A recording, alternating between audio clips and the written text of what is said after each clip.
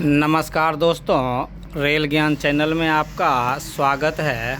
मैं आरवी यादव आज आप लोग को वेल्डिंग के बारे में बताने जा रहा हूँ कि रेल का जो पटरी होता है उसको कितने तरह से जोड़ा जाता है और वो प्रक्रिया कौन कौन है। तो आइए इसके बारे में जानते हैं। ये वीडियो अगर आपको अच्छा लगे तो सब्सक्राइब और लाइक ज़रूर करें। क्वेश्चन नंबर 1 है 52 केजी सेकेंड हैंड रेल पर वेल्डिंग के लिए अनुमत वर्टिकल वियर है। तो ये 6 mm होता है। क्वेश्चन नंबर 2 है 60 किलोग्राम सेकेंड हैंड रेल पर वेल्डिंग के लिए अनुमत वर्टिकल वियर है। तो ये 9 mm होता है। वर्टिकल वियर हुआ जो रेल की हेड ऊपर से घिसी होती है, वो 9 mm तक घिसी है तो वेल्डिंग कर सकते हैं 60 kg में, और 6 mm तक घिसी है हेड तो हम वेल्डिंग कर सकते हैं 52 kg में।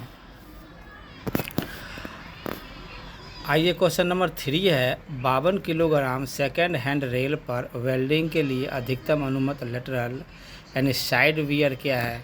जिधर से रेल का चक्का माने साइडिंग में रहता है, जब गेज फेस में जहाँ गेज नापा जाता है तो वहाँ पे जो है वो भी 6 mm इसका घिसा रहेगा तो हम वेल्डिंग कर सकते हैं। उससे अधिक रहता है तो हम वेल्डिंग नहीं कर सकते हैं। क्वेश्चन नंबर 4 है 60 किलोग्राम सेकेंड हैंड रेल पर वेल्डिंग के लिए अनुमत लेटरल यानी साइड वियर क्या है। तो 60 kg पर जो है वो 8 mm होता है। उसके बाद है क्वेश्चन नंबर 5 पोर्शन की सेल्फ लाइफ है। तो जो पोर्शन की लाइफ होती है वो निर्दिष्ट नहीं रहती है, वो अनलिमिटेड समय तक चल सकती है। क्वेश्चन नंबर 6 है लूटिंग सैंड की लाइफ होती है, इसका 6 महीना होता है। जब वेल्डिंग किया जाता है उसमें जोड़ में जो है उसका बक्सा बांधा जाता है तो उसके साइड से मिट्टी लगाई जाती है। उस मिट्टी को लूटिंग सैंड बोलते हैं, और वो इसलिए लगाई जाती है कि जब हम रेल को बर्नर से गर्म करेंगे तो उसमें जो हीट होगी वो बाहर नहीं निकले, और गर्म करने के बाद उसमें जो हम पोर्शन मटेरियल डालते हैं वो बाहर ना निकले, इसके लिए जो है लूटिंग सैंड लगाई जाती है। क्वेश्चन नंबर 7 है जोड़ की प्री हीटिंग के समय एलपीजी गैस का प्रेशर रखा जाता है। ये 2 से 2.5 mm 2 से 2.5 किलोग्राम प्रति सेंटीमीटर स्क्वायर रखा जाता है एलपीजी गैस से जब हम उसको प्रेस करते हैं। क्वेश्चन नंबर 8 है ऑक्सी एलपीजी प्री हीटिंग के दौरान ऑक्सीजन गैस का प्रेशर रखा जाता है। जब हम ऑक्सीजन और एलपीजी गैस दोनों को मिला करके तब हम रेल को गर्म करते हैं वेल्डिंग करते समय, तो उसका जो प्रेशर रखा जाता है वो 60 से 8 किलोग्राम प्रति सेंटीमीटर स्क्वायर रखा जाता है। क्वेश्चन नंबर 9 है रेल जोड़ के वेल्डिंग के लिए रेल के सिरे से डैश तक कोई हॉल नहीं होना चाहिए। तो ये 40 mm तक जो है दोनों साइड कोई हॉल नहीं होना चाहिए वेल्डिंग वाली जगह से, यानी रेल के सिरे से। क्वेश्चन नंबर 10 है थर्मिट वेल्डिंग तरीका रेल को दोनों ओर 5 स्लीपरों तक खोलने या फिटिंग रहित करने के बारे में इंगित करता है।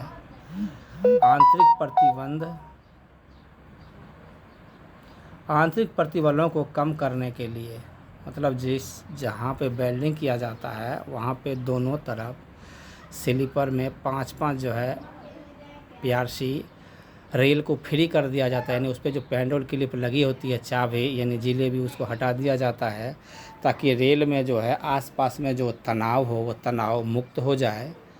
उसके बाद जो है वहाँ पे थोड़ी सी ऊंचा करके और उसको गज करते हैं और वेल्ड किया जाता है। क्वेश्चन नंबर 11 है वेल्डिंग के दौरान थिम्बल की वास्तविक नियंत्रित टैपिंग के बजाय थिम्बल अपने आप टैप हो जाता है।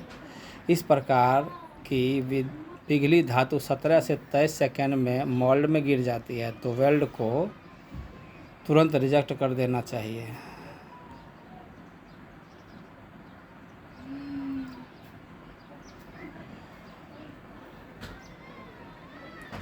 क्वेश्चन नंबर 12 है 60 किलोग्राम रेल 90 यूटीएस पर 52 mm गैप वेल्डिंग के लिए रिएक्शन टाइम है, तो ये 20 ± 3 सेकेंड होता है, यानी 17 से 23 सेकेंड तक जो है उसका रिएक्शन टाइम होता है। और ये रिएक्शन टाइम क्या होता है, जब हम रेल को गर्म करने के बाद उसके ऊपर जो है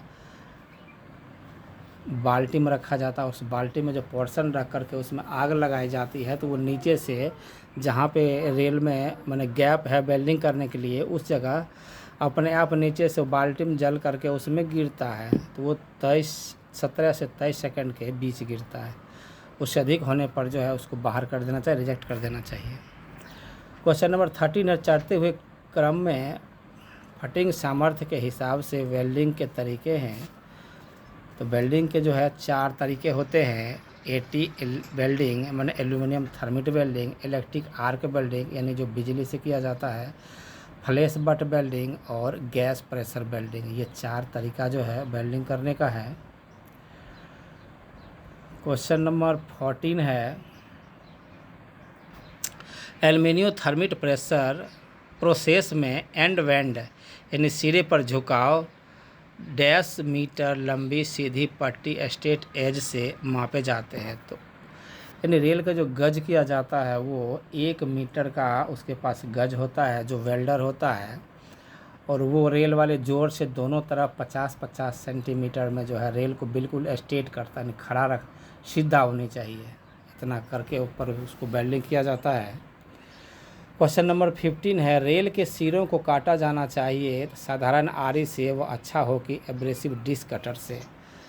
काटने के बाद मैंने इसलिए काटा जाता है कि वहाँ पे जंग जो लगा होता है रेल पे वो हट जाती है, और उसके बाद जब वेल्डिंग होगा तो उसका जो गुणवत्ता होगा वो गुड में आएगा, नहीं तो वो डिफेक्ट हो जाता है। जब उसमें थोड़ी भी जंग बच जाती है या जहाँ पे कट नहीं लगाता है वहाँ पे मिट्टी के तेल से उसको ब्रश से साफ़ करके और फिर जूट से उसको साफ़ किया जाता है ताकि उस पर जंग नहीं रहे। जंग रहने से जो वेल्डिंग की क्वालिटी होगी वो ख़राब हो जाती है। तो आप देखे होंगे कि जहाँ भी वेल्ड होता है वेल्डर मिट्टी के तेल से धो करके जूट से उसको साफ़ करता है, या तो वहाँ पे कट लगवा देता है, या आजकल हैंड ग्राइंडिंग है उससे उसको छील दिया जाता है कि उस पर जो जंग हो वो उतर जाए।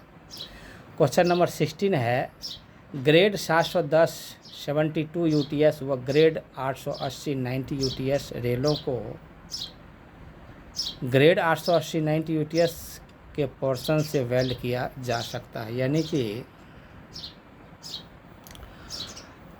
यहाँ पे कम्बिनेशन जो मान लीजिए बनता है, एक 710 यूटीएस की रेल है और एक जो है 880 ग्रेड का रेल है, उसमें जो बड़ा वाला रेल होगा ना उसके पोर्शन से जो है सबकी पोर्शन अलग अलग आती है, तो जो बड़ा रेल होगा मैंने भारी वाला उसके पोर्शन से उसको वेल्ड किया जाता है।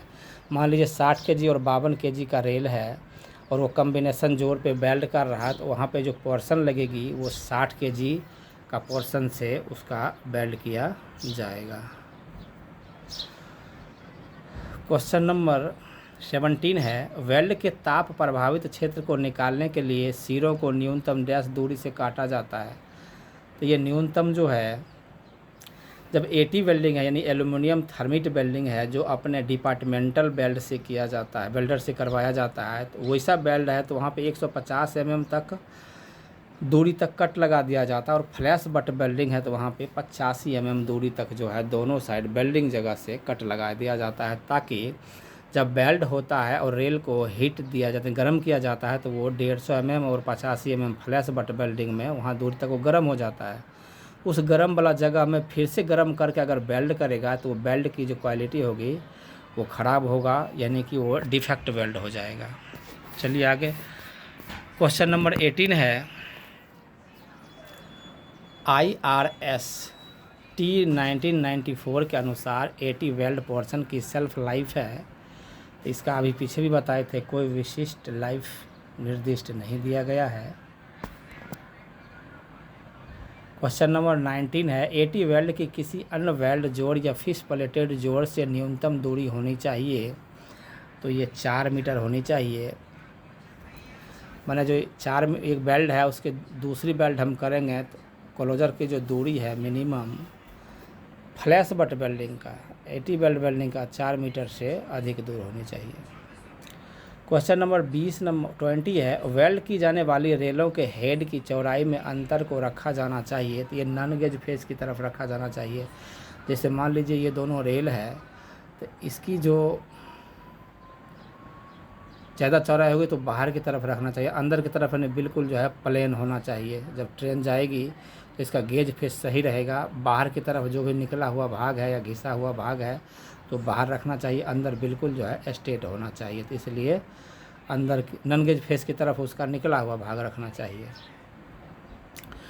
क्वेश्चन नंबर 21 है वेल्ड के सक्षमता प्रमाण पत्र की वैधता ये 2 साल होती है। 2 साल के बाद उसको फिर से ट्रेनिंग में जाना पड़ता है वेल्डर को, जिसको TW2 बोलते हैं। TW फर्स्ट जो वो होता है जो पहले बार ट्रेनिंग करके आता है और 6 महीने के अंदर 50 जोड़ करके वहाँ पे जाता है, या उस सब का जो है क्वालिटी 100% यानी 98% सही होता है तो वेल्डर को सक्षमता प्रमाण पत्र दिया जाता है। इस तरह से जो पहले बार में गया उसको TW1 बोलते हैं, जो दूसरे बार में गया उसको TW2 बोलते हैं, और जो सुपरवाइजर यानी JEE SSC PV ट्रेनिंग में जाता है वेल्डिंग के ट्रेनिंग में उसको TW3 बोला जाता है। वो एक ही बार जाता है जो JEE होता है या सुपरवाइज़र होता है। अब बाकी जो वेल्डर होता है वो प्रत्येक 2 साल पे वेल्डिंग के ट्रेनिंग सेंटर में जाता है। तो वेल्डिंग का ट्रेनिंग सेंटर जो है भारत में 2 जगह है, लखनऊ में है और दूसरा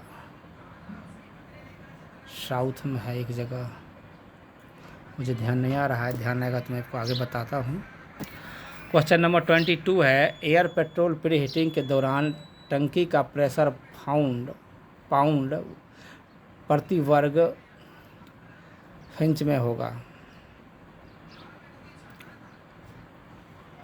तो ये जो है 100 से 110 यानी 0.2 से 0.3 किलोग्राम प्रति सेंटीमीटर स्क्वायर। इसका आंसर जो है सी होगा। क्वेश्चन नंबर 23 है ऑक्सी LPG द्वारा प्री हीटिंग का समय जो है अक्सर 2 से 2.5 मिनट होता है, यानी 2 से 2.5 मिनट। क्वेश्चन नंबर 24 है 90 UTS रेलों की वेल्डिंग के लिए थिम्बल का साइज होता है 18 से 20 mm। ये थिम्बल क्या हो जाता है, पहले जो है अब थिम्बल नहीं लगता है, पहले जब वेल्ड होता था तो उसमें जो है एक इस तरह से काउंटर मैंने बनाया जाता था, इसमें एक हॉल होता था, इसमें हॉल को जो है थिम्बल जैसे टैप होता है या कील, आप मान लीजिए कील का जो ऊपर हेड होता है उस तरह से वो लंबा कील होता था यानी बुल्ट के साइज़ का, वो इसमें डाल दिया जाता था और पीछे से यहाँ नीचे से उसको टैप करता था, तो इसी को थिम्बल बोला जाता था। तो 18 से 20 mm का एक थिम्बल हुआ करता था। क्वेश्चन नंबर 25 है टैंपिंग के बाद पहली गाड़ी पास की जा सकती है। तो ये 30 मिनट के बाद जो है पहली गाड़ी पास की जा सकती है। 30 मिनट से पहले करने पे वो जो है डिफेक्ट आ जाती है, यानी गुड नहीं रह पाती है। क्वेश्चन नंबर 26 है 80 वेल्ड की अंतिम घिसाई डैश कर देनी चाहिए। तो ये 24 आवर के अंदर जो है अंतिम घिसाई कर देनी चाहिए। क्वेश्चन नंबर 27 है तैयार वेल्डेड जोड़ का 10 सेंटीमीटर सीधी पट्टी पर अधिकतम वर्टिकल टॉलरेंस होना चाहिए। तो ये प्लस 0.4 mm से 0 mm तक जो है इसका होनी चाहिए 10 सेंटीमीटर सीधी पट्टी पर। क्वेश्चन नंबर 28 है तैयार 80 वेल्ड जोड़ का 10 सेंटीमीटर सीधी पट्टी पर अधिकतम स्ट्रेंथ टॉलरेंस है। ये प्लस माइनस 0.3 mm जो है इसका आंसर सही होगा। क्वेश्चन नंबर 29 है, स्लैग का रासायनिक सूत्र होता है Al2O3। क्वेश्चन नंबर 30 है, एसकेवी वेल्डिंग में रिएक्शन के बाद स्लैग को अलग होने के लिए समय दिया जाता है। तो स्लैग का जो अलग होने के लिए ये 3 सेकंड दिया जाता है जब एसकेवी वेल्डिंग होता है। तो क्वेश्चन नंबर 31 है, सामान्य गैप वेल्डिंग के लिए mould welding type cooling time जो होता है कितना होता है, यानी वेल्डिंग जब कर दिया गया है, करने के माने उसमें टैप कर दिया गया है, टैप करने के बाद जो है कितने मिनट के बाद उस पर कट लगाया जाता है डिस्क कटर से या सॉरी डिस्क कट नहीं, मैंने उसके कट मशीन आती है उससे, या तो जो है हमर कुल्हाड़ी से काटा जाता है। 4 से 6 मिनट के बाद जो है उसको काटा जाता है। क्वेश्चन नंबर 32 है, वाइड गैप वेल्डिंग के लिए मोल्ड वेटिंग टाइम है। तो वाइड गैप जो होता है उसके लिए 12 मिनट होता है। तो ये 50 mm का भी वेल्डिंग गैप होता है वाइड गैप वाला, और 75 mm का भी वाइड गैप होता है। ये RDSO में अभी अप्रूवल हो रहा है और कई जगह इससे वेल्डिंग किया भी जा रहा है। और अपने जो वेल्डिंग करते हैं अभी इस लाइन में, वो उसका जो गैप होता है 25 ± 1 mm होता है, वो शॉर्ट गैप होता है। क्वेश्चन नंबर 33 है, अलीय स्टील रेलों को मोल्ड वेटिंग टाइम के दौरान दोनों और डैश दूरी तक गर्म किया जाता है। ये 30 सेंटीमीटर तक जो है उसको गर्म किया जाता है। क्वेश्चन नंबर 34, यानी कि जो मोल्ड शू बांधते हैं, ये मान लीजिए रेल है, इसमें जो मोल्ड शू बांधेंगे ये यहाँ से यहाँ तक बांधेंगे, ये दूरी जो होगा यही 30 सेंटीमीटर जो है होती है। क्वेश्चन नंबर 34 है, वेल्ड के दौरान और वेल्ड के जॉइंट व रेल को डैश तक माने पेंट से पेंट किया जाता है। जंगरोधक जो पेंट होता है उससे पेंट किया जाता है। तो 10 सेंटीमीटर तक जो है उसमें पेंट किया जाता है। क्वेश्चन नंबर 35 है, पिघले धातु को टैप करने के दौरान ताप गर्म होता है। तो ये 2450 से अधिक होता है। इसका आंसर जो है ये होगा। क्वेश्चन नंबर 36 है, फ्लैश बट वेल्ड की फटिंग स्ट्रेंथ पेरेंट रेल मेटल की डैश % होती है। जो फटिंग स्ट्रेंथ होती है यानी कि जो मजबूती होती है, तो फ्लैश बट वेल्डिंग की सबसे अधिक होती है 90% जो है वो वेल्डिंग मजबूत होता है, यानी रेल जो रेल होता है रेल के हिसाब से। क्वेश्चन नंबर 37 है, गैस प्रेशर वेल्ड की फटिंग स्ट्रेंथ पेरेंट रेल मेटल मूल रेल की डैश % होती है। तो ये 96% होती है। जो गैस प्रेशर वेल्डिंग होती है, ये सबसे मजबूत जो है गैस प्रेशर वेल्डिंग ही होती है, ये 96 होता है। दूसरे नंबर पर फ्लैश बट होता है जो 90 होता है, और तीसरे नंबर पर जो है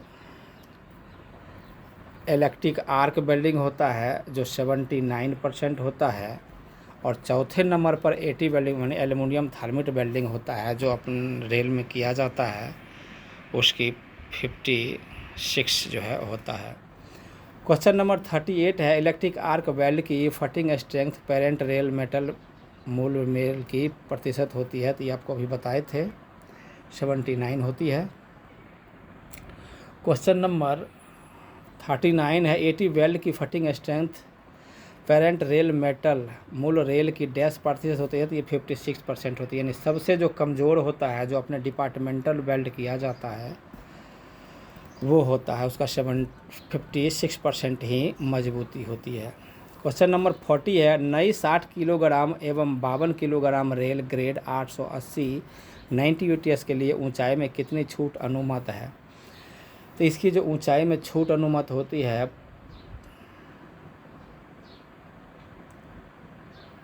±0.5 mm जो है छूट होती है। इसका आंसर बी होगा। क्वेश्चन 41 है, अप्रचलित रेल खंडों तथा डैश वर्ष से ज़्यादा पुराने रेलों को सामान्यतः वेल्ड नहीं किया जाना चाहिए। तो 50 वर्ष से जो अधिक रेल हो गया उसको वेल्ड नहीं किया जाता है। यानी उसकी जो लाइफ होती है वो लगभग समाप्त हो जाती है 50 साल में। क्वेश्चन नंबर 42 है, पुरानी रेलों की वेल्डिंग करते वक्त ऊंचाई में अंतर डैश mm से ज़्यादा नहीं होना चाहिए तथा अंतर को डैश की तरफ रखा जाए। तो ये 1.2 mm से जो है उसका फ्लेंज ज़्यादा नहीं होनी चाहिए और जो ज़्यादा होगा उसको नन गेज फेस की तरफ रखा जाना चाहिए।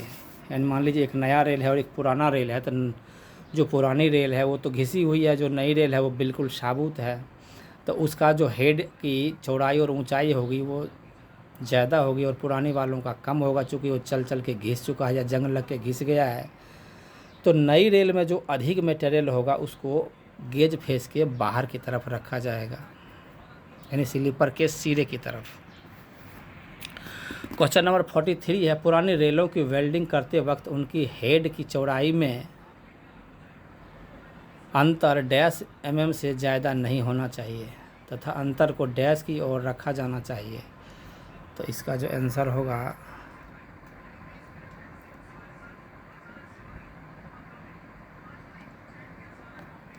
इनमें से कोई नहीं होगा। इसका 2 mm गेज फेस की तरफ, 2 mm टॉप की तरफ और 1.2 mm फ्लेंज की तरफ, यानी इसका इनमें से कोई नहीं आंसर होगा। वक्त उनके हेड की चौड़ाई में अंतर डैश mm से ज़्यादा नहीं होना चाहिए। क्वेश्चन नंबर 44 है, अगर 80 वेल्डिंग पोर्शन डैश भर से ज़्यादा पुराना है तो डैश पोर्शन के एक बैच व शेष से एक पोर्शन का सैम्पलिंग टेस्टिंग के लिए लिया जाएगा। यानी कि 2 साल से ज़्यादा पुराना जो है पोर्शन है और 300 का अगर पोर्शन का बैच है तो उसमें से एक पोर्शन को बाहर टैप करके चेक कर लिया जाएगा कि वो समय से टैप होता है या नहीं, यानी कि 17 से 23 सेकंड के बीच ऑटोमेटिक टैप नहीं होता है तो वो ख़राब हो जाता है। क्वेश्चन नंबर 45, 80 वेल्डिंग करने से पूर्व रेल सिरे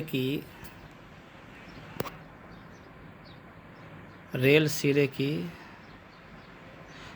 सतह व साइज से संपूर्ण रेलखंड को डैश mm दूरी तक केरोसिनी व तार बर से साफ़ किया जाता है। तो ये 50 mm दूरी तक जो है उसको दोनों तरफ साफ़ किया जाता है। अभी पीछे भी बताए थे कि मिट्टी का तेल डाल करके ब्रश से रगड़ने के बाद उसको जूट से साफ़ किया जाता है ताकि उससे जंग निकल जाए और वेल्डिंग का जो क्वालिटी होगी वो बिल्कुल अच्छा होगा, गुड होगा। क्वेश्चन नंबर 46 है, रेलों की वेल्डिंग के लिए प्रस्तावित वेल्ड के दोनों ओर कम से कम डैश स्लीपरों की फिटिंग को दोनों ओर ढीला किया जाता है। तो ये पीछे भी बताए थे 5 स्लीपर को दोनों तरफ जो है ढीला किया जाता है। क्वेश्चन नंबर 47 है, प्रस्तावित वेल्ड जोड़ के पास के स्लीपरों को खिसकाकर डैश mm का गैप बनाया जाएगा ताकि मोल्ड क्लैंप या प्री हीटिंग औजारों को लगाया जा सके। तो ये जो है 250 mm तक जो है वेल्डिंग वाले जोड़ से दोनों तरफ गैप होनी चाहिए। क्वेश्चन नंबर 48 है, शेष पर वेल्डिंग करने के लिए पूरी रेल को दोनों ओर डैश लकड़ी के गुटकों पर सपोर्ट किया जाएगा। ये 10 स्लीपर का जो है सपोर्ट दिया जाता है ताकि जब वेल्डिंग करेगा तो हिले नहीं, हिलने के बाद जो है उसमें जो अलाइनमेंट करेगा वो ख़राब हो जाएगा और वेल्डिंग की क्वालिटी भी ख़राब हो जाएगी और उसकी गेज ख़राब हो जाएगा। जो कम से कम 10 स्लीपर पे लगा रहेगा तो उसकी जो गेज किया हुआ है वो ख़राब नहीं होगा, इसलिए 10 गुटका कम से कम लगाना चाहिए, दोनों तरफ 5-5। क्वेश्चन नंबर 49 है,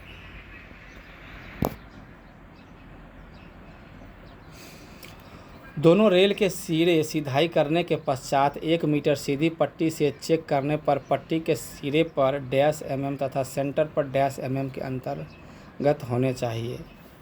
तो इसके जो सिरे पर होना चाहिए 1 mm और सेंटर पे जो है आधा mm, मैंने प्लस माइनस आधा mm जो है होनी चाहिए सीधा।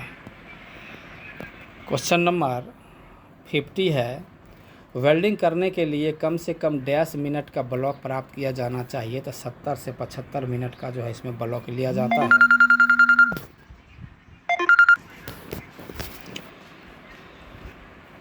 ये वीडियो अगर आपको अच्छा लगे तो सब्सक्राइब, लाइक और शेयर ज़रूर करें और बेल आइकन को ज़रूर दबाएं। धन्यवाद।